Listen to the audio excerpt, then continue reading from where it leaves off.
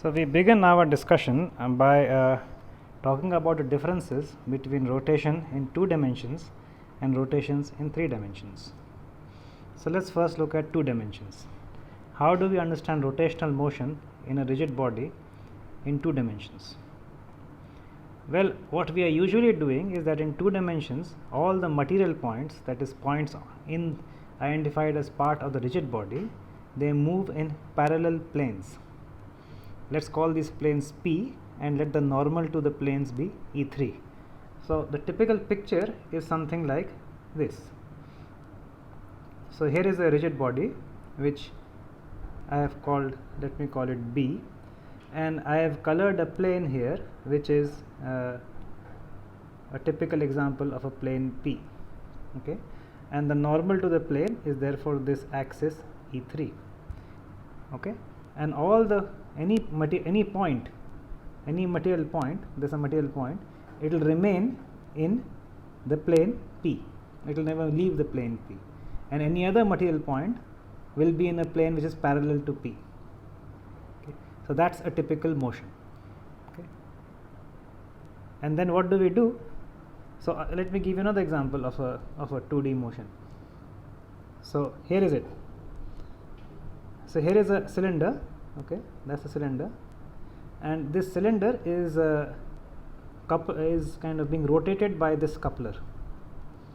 Okay, and you can very well imagine that all planes that you draw like this, any point in this plane remains in this plane, and any plane that you may draw, let's say a plane like this which is parallel to, well, that's not a very good plane, any plane which is parallel to this previous plane, any point in this plane will remain within this plane.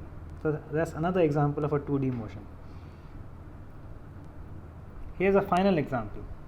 So here is a rod, that's a rod, let me call it, it's a rod, okay. So this dimension is very small and that's a long dimension, and it is being twirled, you know, it moves from here to here, from here to some point here, okay. So it's going around in this, making this conical shape, okay, and any point, now is it a 2D motion or a 3D motion as far as, you know, this definition goes? Well, imagine that you stick something rigidly to the rod. Let's say I stick something rigidly to the rod here, okay. Let me draw it. So I have stuck something rigidly to the rod. Then you can very well imagine that all points in this, on this bit which is stuck to the rod, will remain within this plane. You can play the same game with something stuck over here. All these points will remain in this plane. Another way to look at it is that a point here will always remain on the plane. Similarly, a point here will always remain on this plane. Okay. So this is also an example of a 2D motion. For 2D kinematic motion, we will see later that it may not be a very good example of a 2D kinetic motion for reasons to be understood later. Okay. All right. So so these are 3 examples of 2D motion. Okay. The second question is, how do we kind of measure 2D motion? What we usually do is that we imagine that there is a reference axis. So here is a reference axis, and we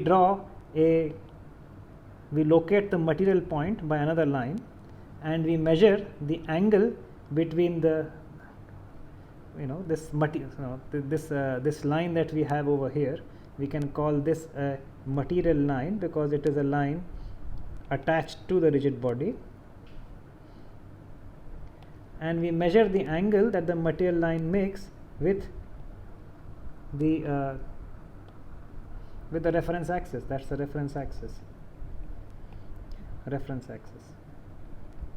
Okay.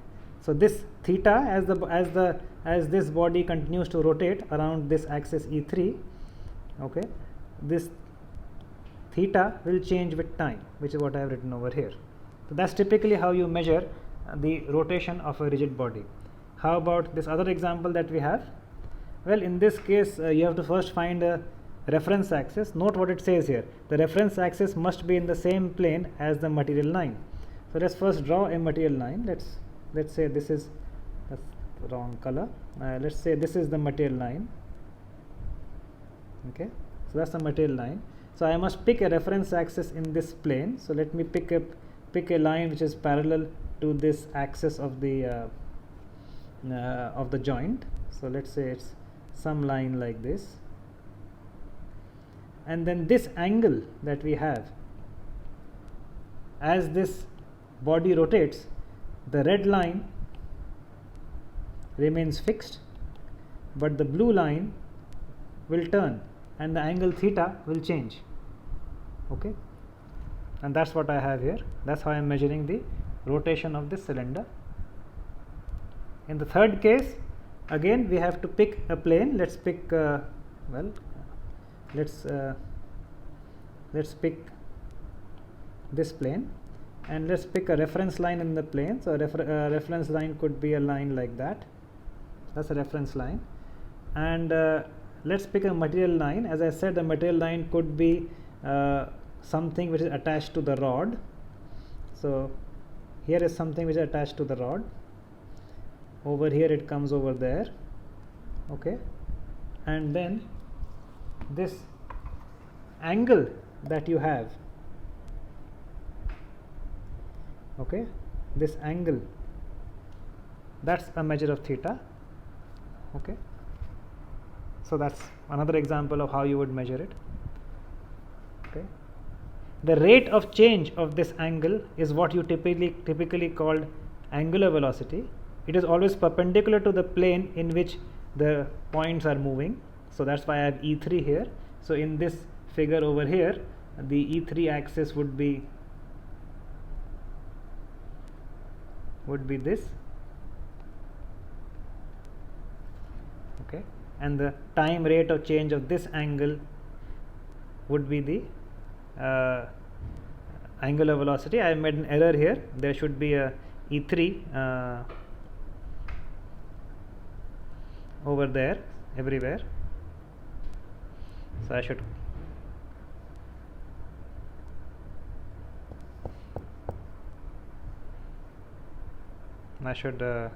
change this. I should copy this, put it there, so that I am comparing vectors to vectors. Update, and there we have it. Okay, so that's the angular velocity. And here's the important thing, that the angular velocity, or in fact the measurement of this angle theta, remains the same no matter which material line you choose and no matter which reference axis you choose. So for example, suppose I had chosen this to be my reference axis, and here was a material line. Okay, it is a little member attached to the rod. Then this, you can convince yourself that this angle would be the same. I mean, this angle, the rate of change of this angle would be the same as the rate of change of that angle. I mean, this angle, let me call it as someone, let me call it theta 1. Okay, so what you can kind of show is that d theta by dt will be the same as d theta 1 by dt. Okay, you could do something else. You could pick, you could go to this figure and play the same game. In this figure, suppose I had chosen the reference line to be the same. This is the reference line, but I had chosen the material line to be maybe this line, so that the angle that I am measuring is this, which is some other angle. Let's call it phi. It's not too hard to see that the rate of change of this angle will be the rate of change of that angle. So here I will be writing that phi dot will be the same as theta dot. So again, the angular velocity remains the same. It's even easier in this figure. Okay, so that's how we typically do, and we have been doing two-dimensional rotational motion. So does this prescription or this approach, does it work in 3D? The short answer is No. And let me now show you why. The first thing is that the material line and the reference axis need not meet at all times. Okay, so in that case theta t, this angle theta is not even defined. So here is a example. So here we have a top, that's the top. It is going around, and it is also, so that's the spin motion, and it is also going around like that in precession. So the top has a complicated 2 rotations. Okay, and well, let me kind of zoom in a little bit, and let me draw a material line in the top. Let me use a color which is the top color. Let me use brown. So here is a material line right here. Okay, so that's a material line attached to the top, and you can very well see that this line, oh, I have to pick a reference line also. So that's my reference line. So this is my reference axis, and you can see that the reference axis and the material line, let me, this is my material line. So these two don't intersect, these lines are skew, so theta t is not defined. So how will you measure, how will you take its rate of change? The other problem might be that if you, depending on the material line you pick and the reference axis you pick, you may get different rates of change of orientation. So again I have made a error here. It should be angular velocity.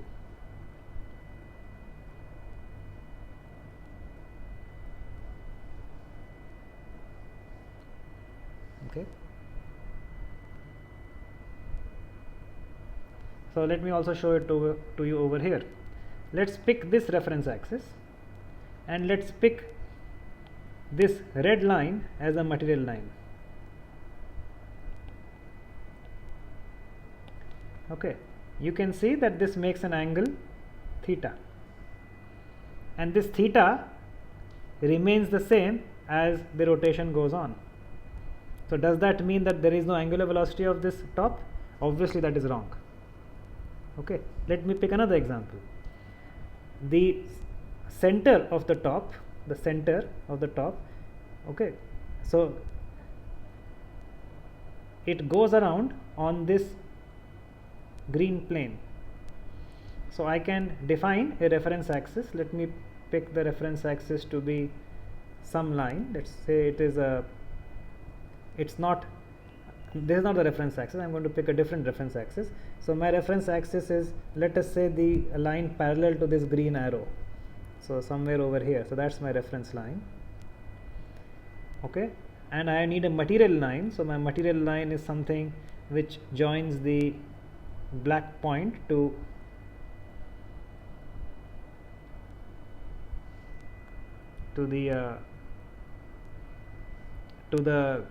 this k axis, and obviously these two, so both the purple line and the green line are in the same green plane. So therefore I can define this angle, okay, which will be parallel to this angle, and that angle is phi, and this phi will change as the top goes around. Okay, but is that the angular velocity? Well, I got 0 over here, I got some answer over here. What is the true angular velocity? So what you see is that simply following the 2D theory and simply writing something like this is wrong. It will not work. It doesn't mean anything in 3D. Okay, so we realize now that we cannot study 3-dimensional rigid body motion with the same tools that we used to use for 2-dimensional rigid body motion. So what should we do? Well, one option is that we could use the rotation tensor that we have worked so hard to understand. What do I mean by that? What I mean by that is as follows. So here is a rigid body, and to the rigid body we have learned we can attach a body fixed coordinate system. So let's call this body fixed coordinate system E1, and let this be time t1. So this is E1 at t1, E2 at t1, and E3 at T1, so that this coordinate system is E at T1. The same rigid body then after some other time is somewhere else, okay, and it has some other orientation, so that these times are T2. Everywhere it becomes T2. Okay, so let me kind of write this. So this is E at T2. Okay, so this time T1, this time T2.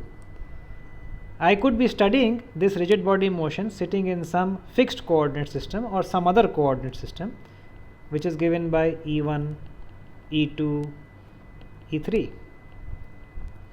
And at time T1, I could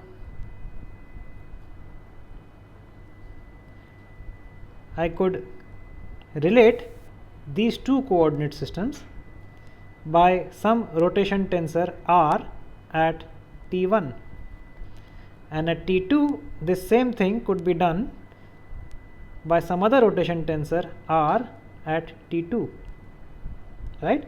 And what we are saying here is, why don't we simply keep track of these rotation tensors, which will vary with time? And if we have the knowledge of rotation tensors at all times, we know exactly how this rigid body is moving.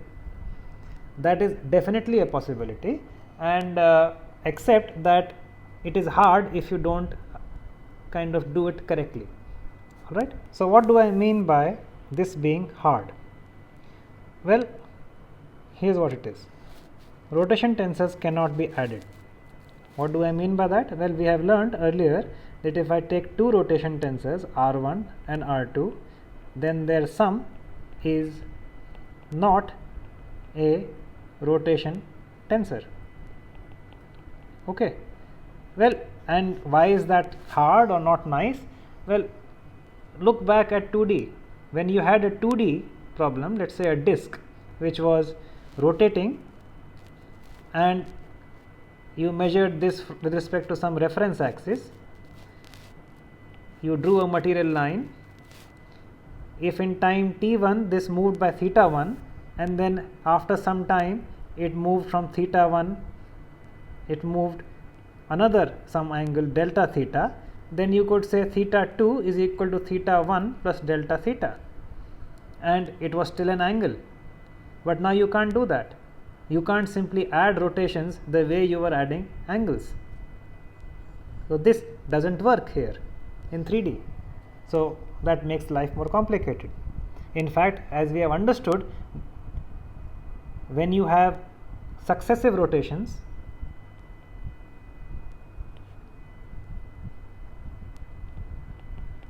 are multiplied. Okay. In 2D they are added, but in 3D they are multiplied. Okay. But even multiplication has a problem. The problem is that rotation tensors do not commute. What does that mean? It means that R1 following R2 is not the same as R2 following R1. Okay. So not only can you not add rotations as you used to do in 2D, you can't even multiply them without being nervous about the order. Did I do rotation 1 first or rotation 2 first? You need to know that. If you are not careful, you will get something wrong. Okay. So let me give an example or two examples. Okay. So here I have a book, and I have the same book on this side, and I am going to do rotations in this direction in this sequence, and I will do the same rotations over here, but the sequences are different than this sequence. Okay. And you will get different answers. So here's what I am doing. So the first rotation is about one axis by pi by 2.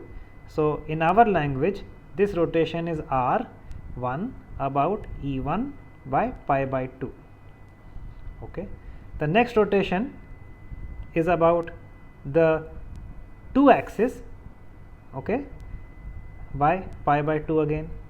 So in our language this will be R2 about E2 by pi by 2. Just to remind you, this is E1 and this is E2. Okay, and the final picture is this. Okay, now all I am going to do over here is I am going to change the sequence. I will do R2 first, then I will do R1. So this is, as you can see, this is R2. We are rotating about E2 by pi by 2. So R2 about E2 by pi by 2. This is R1 about E1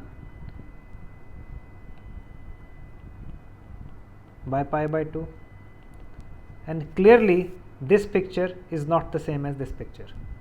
So rotation tensors do not commute. In fact, they lead to very different answers depending on the sequence. Let me give you one more example, which is this, which is in the spirit of Euler angles. So we start off by a black coordinate system, which I am drawing over here. Okay, let me increase the line width. So that's my black coordinate system.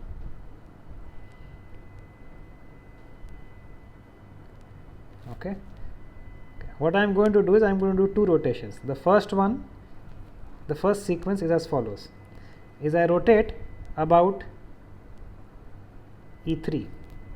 Okay, when I do that, E1 goes to E1 prime and E2 goes to E2 prime, and this point A goes to A prime. Okay, and I get the pink axis.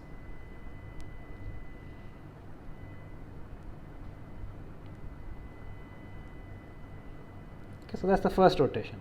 The second rotation is about the E2 axis. Okay, and when I do that, then this point A prime, if you zoom in, it will go along this, and this kind of a curve, and I will get A prime. Okay, so let's circle it. So this is A prime that I get by following R1 by some theta, R1 about E3 by some theta. First I do that, and then I do R2 about E2 by some phi. Okay, that's my sequence. Now let's reverse the sequence. Let's do this first, and then let's do this first, and then R1. So first we rotate about E2. First we do this, in which case A goes to B prime. Then we follow it by R1 about E3 by theta, by the same angle that we did earlier, and B prime now goes to B double prime, and you can see that B double prime is not at the same place as A double prime. So you can imagine walking on the Earth's surface. This is like the Earth's surface. If you walk along the equator and then walk up the latitude, or rather walk the latitude with this as the pole, or if you walk up first and then along the equator, parallel to the equator, you will not reach the same place. So rotation tensors do not commute. Finally, if we use the rotation tensor to also study the rate of change of orientation, then we have to compute quantities like dr by dt. But dr by dt will be a tensor because r is a tensor. Okay, and that, as I will show you, is unnecessary hard work. The rate of change of orientation of a rigid body can be understood through a vector, and vector analysis and vector algebra are far easier than tensor analysis and tensor algebra. So the bottom line is, while orientations can be studied using a rotation tensor, the rate of change of orientation must be studied slightly more intelligently, which we shall now do.